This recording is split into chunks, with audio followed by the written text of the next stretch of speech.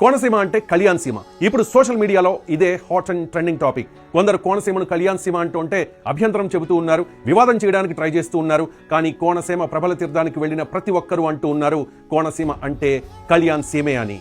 కోనసీమ అంటే ప్రబల తీర్థం. ఈ ఏడాది నుంచి చంద్రబాబు ప్రభుత్వం 476 ఏళ్లుగా ఎంతో ప్రశస్తమైన జగ్గన్నతోట ప్రబల తీర్థానికి రాష్ట్ర పండగ హోదా కల్పించింది. జనసేన అధినేత డిప్యూటీ సీఎం పవన్ కళ్యాణ్ చొరవతోనే జగ్గన్నతోట ప్రబల తీర్థానికి రాష్ట్ర పండగ హోదా లభించింది అనేది నిర్వివాదాంశం. జాతీయ స్థాయిలో గుర్తింపు పొందిన ఈ ప్రబల తీర్థం సమయంలో లోక కళ్యాణార్థమై ఏకాదశ రుద్రులు ఇక్కడ సమావేశం అవుతారని అందరి విశ్వాసం. అలానే కొత్తపేట ప్రబల తీర్థం కూడా చాలా ఫేమస్. ఇక్కడ జరిగే మందు కాల్పు దేశంలో మరెక్కడా జరగదంటే అతిశయోక్తి కాదు. అన్ని కులాల ప్రజలు ఐకమత్యంగా రాజకీయాలకు అతీతంగా ప్రబల తీర్థాన్ని నిర్వహించినప్పటికీ జగ్గన్నతోట, కొత్తపేట, ముక్తేశ్వరంతో పాటు కోనసీమలో జరిగే అన్ని ప్రబల తీర్థాలలో కాపు సామాజిక వర్గమే ముందుంటుంది. రాజకీయాలను పక్కన పెట్టి అన్ని కులాల ప్రజలను కలుపుకుని ఆర్థికంగానే కాకుండా అన్ని రకాలుగా ఈ ప్రబల తీర్థాన్ని విజయవంతంగా నిర్వహించడానికి కాపులు సాయశక్తులా పనిచేస్తూ ఉంటారు. ఈ ఏడాది ప్రబల తీర్థంలో కనిపించిన కొన్ని దృశ్యాలు కోనసీమను కళ్యాణ్ సీమగా మార్చేశాయి. ఏ ప్రభ చూసినా ముందు దేవుడు కనిపిస్తే వెనక తాము మరో దేవుడిలా భావించే పవన్ కళ్యాణ్ కనిపించారు. కోనసీమ వ్యాప్తంగా ఇదే ట్రెండ్ నడిచింది. ఏ తీర్థంలో చూసినా పవన్ కళ్యాణ్ బ్యానర్స్ దర్శనమిచ్చాయి.